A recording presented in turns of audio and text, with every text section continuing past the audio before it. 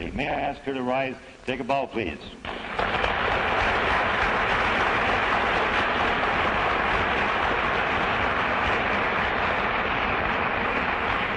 Very much.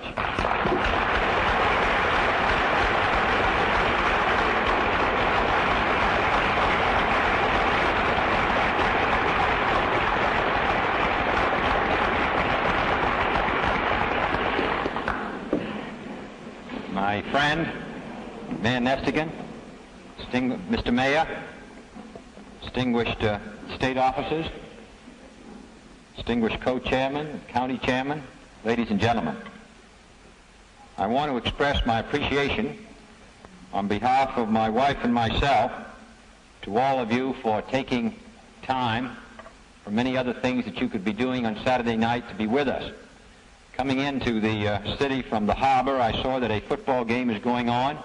I know there is TV, and I hope that this is not a long-range trend where politics is going to take the place of things more important. In any case, I want to express appreciation to you for being willing to take time off tonight to be with us both.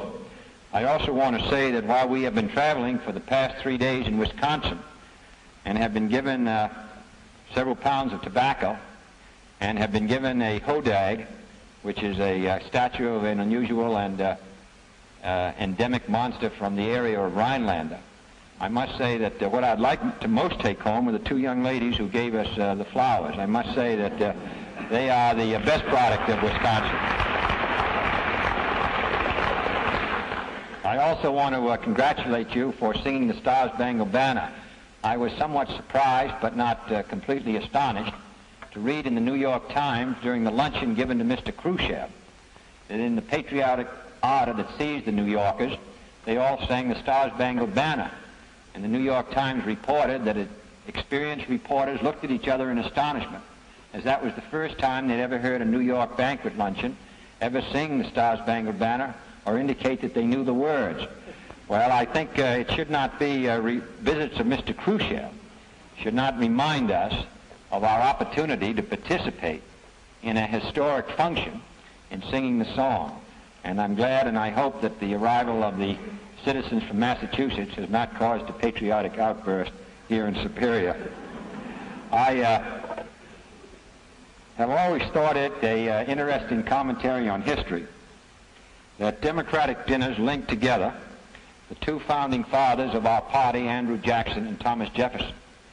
The fact that they link these two gentlemen together, that their names are behind the speakers at every Democratic dinner across the country, I think indicates gives us some idea of the broad spectrum of opinion which is permitted to develop and flourish within the Democratic Party. For we ought to realize that neither of these two Democrats were wholly beloved by all of their confreres in their own day. For example, a prominent Democrat was quoted in 1824 as saying, "I feel much alarmed at the prospect of seeing General Jackson president. He is one of the most unfit men I know of for such a place. He has very little respect for the law. His passions are terrible, and he is a dangerous man." This was the statement, of course, of Thomas Jefferson. And who do you suppose it was when Mr. Jefferson was president who described him as too cowardly to resent foreign outrage on the Republic, a man willing to seize peaceable Americans and prosecute them for political purposes, a man who seems to hold himself above the law? This statement, of course, was made by General Andrew Jackson. I think that that opinion that they had of each other, which may have been justified in both cases, does indicate that the Democratic Party does not consider itself united by blood or common experience, but considers itself made up of individuals who may not think alike on all questions, who may not hold all members of the party in equal regard, but who do believe that within the broad channel of the Democratic Party, political action can be performed that will serve the country most vigorously. And therefore I appreciate the chance to come here to Wisconsin, which has a great tradition of political activity, and which has given this country, beginning with the whole stretch of political action since 1900, has been in the forefront of many significant and important pieces of legislation. In the days of La Follette as governor, in the days of the 20s, for example, when the actions here in Wisconsin were in the forefront and the stimulus for the passage of the Social Security Act in the 1930s by the National Administration, in the kind of leadership which Bill Proxmire is giving in the United States Senate today and that your governor is giving on the state level. I think that these young men are the kind of men who I think have brought about a tremendous revival in the Democratic Party since 1952.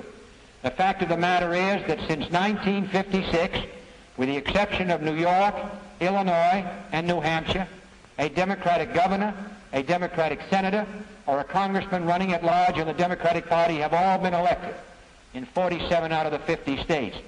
It indicates that the American people still have confidence in the Democratic Party. I look to the future, therefore, with hope.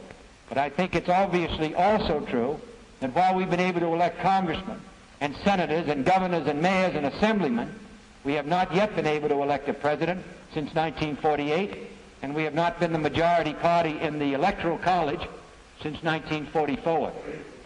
So we still have a big job to do, because the President of the United States, as Harry Truman used to say, wears 5 hats, and all of them are especially important today. He is the center of function in the American government. It was planned that way by the Constitution, and every great president of the United States have thought the same way as Theodore Roosevelt and Woodrow Wilson, that a president should take all the power that he needs that is not specifically prohibited by the Constitution. And I think that that's especially true today, and I think, therefore, that those of us who are members of the Democratic Party have the right to state that we believe that the country is not being governed as vigorously and progressively as it must be if the United States is going to maintain its position as leader of the free world. And one example of that limitation, that feeling that the American economy must always be sat on, that feeling that we do not have to stimulate growth, but rather we have to worry about excess, it seems to me is demonstrated in the handling of this administration, the handling by this administration of the steel strike. I think it would be a mistake for the President of the United States to attempt to arbitrate that strike. I believe in free collective bargaining. Free collective bargaining can bring strikes. Those strikes can be extremely difficult and onerous for many of us to bear. But the fact of the matter is that they are preferable to compulsory arbitration. But nevertheless, the President of the United States has many arrows in his bow. And the fact of the matter is that since January and February, beginning with a statement of the chairman of the Board of Economic Advisors, Dr. Saulnier, who talked about the dangers of wage inflation, the actions that the President has taken in his public statements, the fact that he permitted the companies in their public statements, in their advertisements as recently as 2 days ago, to say that they are on the side of the President in holding the line against inflation, when they were able to amass the greatest profits in their history in the first 6 months of 1959, indicates, in my opinion, that the whole influence of the administration has been thrown on the side of the companies. And I can say with some certainty of what is going to be our fate during the next 3 months. The companies made record profits during the first 6 months. The strike has now been going on for 3 months, 12 weeks. The companies during that period of time have been getting rid of their surpluses. They're now getting down to bone. Within the next few days, we can expect that the President of the United States will invoke the 80-day injunction period of the Taft-Hartley Act, which will mean that the strike will be broken, which will mean that the workers must then go back with the pay that they were receiving before the strike began. And then the companies will then work on a 12 and a 24-hour basis, building up again their stockpile. They will end, therefore, at the end of the 80 days, which will bring us around Christmas, they will end this year with the greatest profits in the history of the United States. This will be their best year. And the workers, the members of the steel union, will then be faced with a decision a few days before Christmas of whether they should renew the strike. They will be, of course, have spent all of their savings. They will recognize the difficulty of striking during the winter. They will recognize that the public interest will be in the direction of helping them maintain their work, and therefore it will put them in a most difficult position. Now, I do not believe that it is possible again, as I've said at the beginning, for the President of the United States to call anyone in and say, settle. But I do believe that there are many things that can be done.